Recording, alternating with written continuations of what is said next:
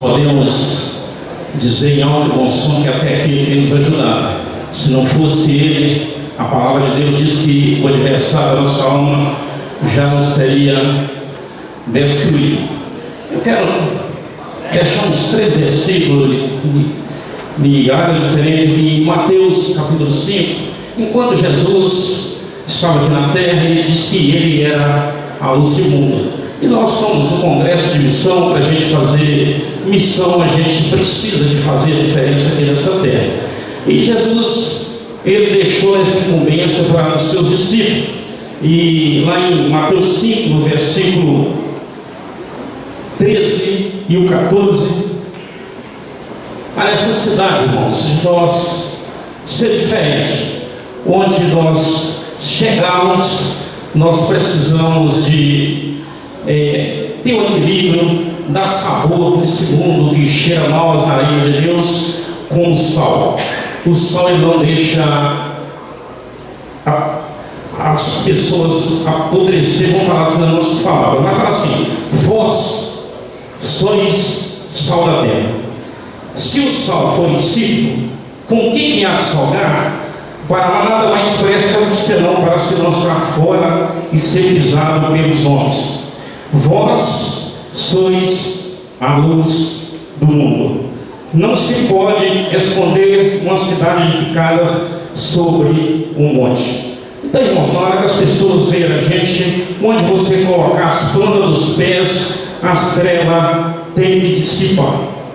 E uma das mensagens também, irmãos, que a gente quer deixar para os irmãos, que pode ser cheio do Espírito Santo, mas pode falar a língua, pode ter dons espirituais, mas a necessidade é para que você seja um instrumento da mão de Deus, ser um missionário, tanto aqui nessa terra, em qualquer lugar que você for, você ser testemunha.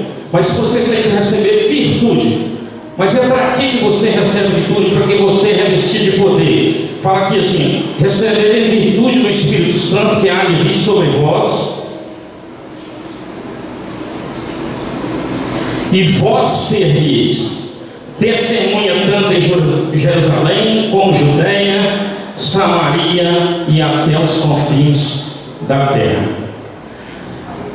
E lá em Daniel 6, versículo 23, irmãos, a Bíblia fala, irmãos, que é um homem que estava no palácio, mas ele foi colocado ali no palácio para ele fazer a diferença no lugar que ele estava.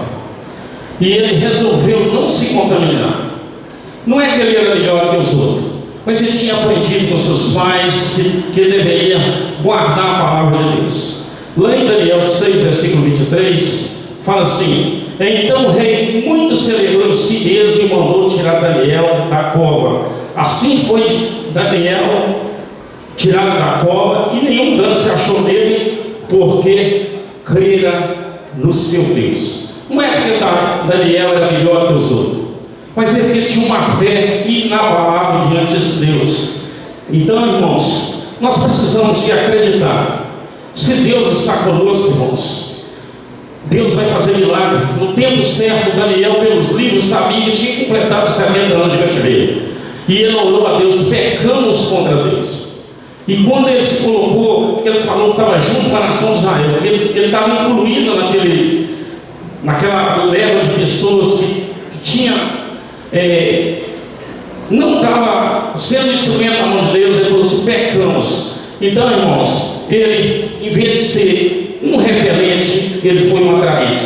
E o rei falou, irmãos: não tem rei, não tem Deus como Deus de Daniel. Então eu quero deixar essas palavras para vocês que estão aqui nessa noite. Seja testemunha, seja sal, seja luz, e tenha essa fé nesse Deus, que vai mudar o quadro da sua vida, e você vai ser um instrumento na mão dele para ganhar essas almas para o Senhor Jesus. Amém?